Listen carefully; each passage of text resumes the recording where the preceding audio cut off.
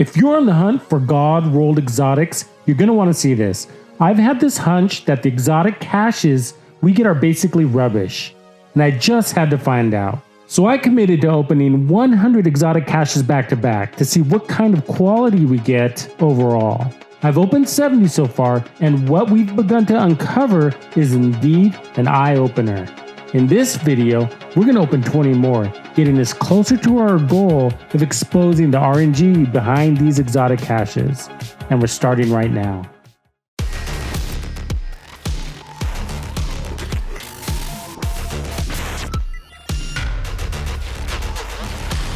Is the quality of the exotic caches you're receiving worth your time and hard-earned resources? I suspect you have doubts. I do.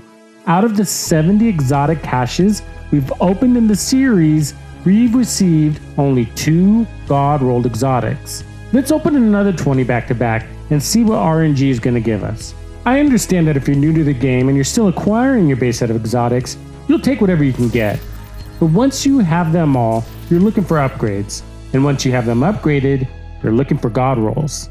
Let's unpack that a bit, because this might change how you spend your time and resources in the game. To get better versions of your exotics, you can get a better drop in the open world or from an exotic cache. You can re-roll it at the crafting station or optimize it. The reality is that the journey of taking an exotic to God rolled isn't usually one option over the other. It often includes all 4. Let's lay out the typical process. You get the exotic for the first time, right? Eventually, you get a second one. Once you do, you keep re-rolling the worst of the 2 exotics until you achieve an acceptable version for optimization. That could take a bunch of tries. Then, you're going to have to optimize it at least 1 to 3 times to finish it off from there. If you think about all those resources and how they relate to time of invested gameplay, you might conclude that is insane, and that is how the game is fixed. The rolls we are seeing in this 20 is typical. The first 70 caches open showed us a lopsided majority with close to 3/4 rolls. What I mean is that if you took the average of the 3 attributes on these exotics, you'd land somewhere close to 75% of a full bar. Keep in mind, we're not going to achieve statistical relevance with 100 caches. You would need a much larger sample size to have an acceptable margin of error. But I think 100 caches is enough to demonstrate what we're all experiencing in loot quality, and this is no accident. Let me give you a history lesson.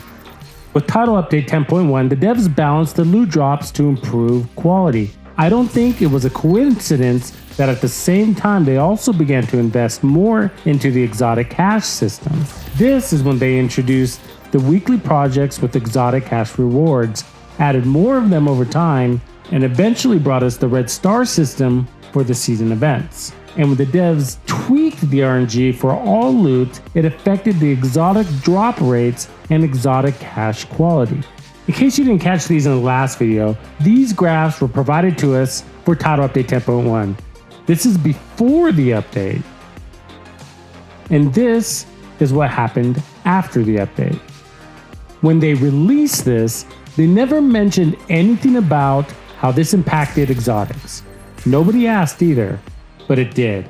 So what they basically did was give us a low-level threshold to loot when playing higher difficulty levels. That was good. They also gave us a slight increase in chance to get rolls in the 90th percentile. Also good. Those are what we call the keepers. And if you're like me, you probably have hundreds of pieces of general loot coming in from caches and drops. And with that kind of quantity, the percentage of keepers we get amounts to something. But when I apply the curves to the 3 exotic caches I get per week from projects, those odds aren't looking so great, which is why exotics from caches almost always end up as junk. The chances of getting the exotic you're searching for is somewhere below 5% each time you open a cache. Beyond that, there's still only a 7% chance that it will be in the 90th percentile. Since I've been in the game for a while, I'm looking for a few specific God-rolled exotics. So, of the 100 exotic caches I'm opening, since the chances of getting a God-rolled version of one I'm after are so slim, I'm not expecting much. But if these are indeed aligned with the charts I shared, I plan to see several in the 90 percentile, which I would be happy about if I didn't already know how expensive the crafting bench and optimization station really are. I don't mean in terms of resources, I mean in terms of how much those resources represent in time invested in this game.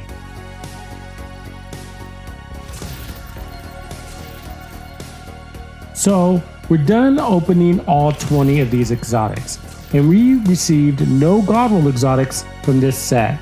I'm not surprised.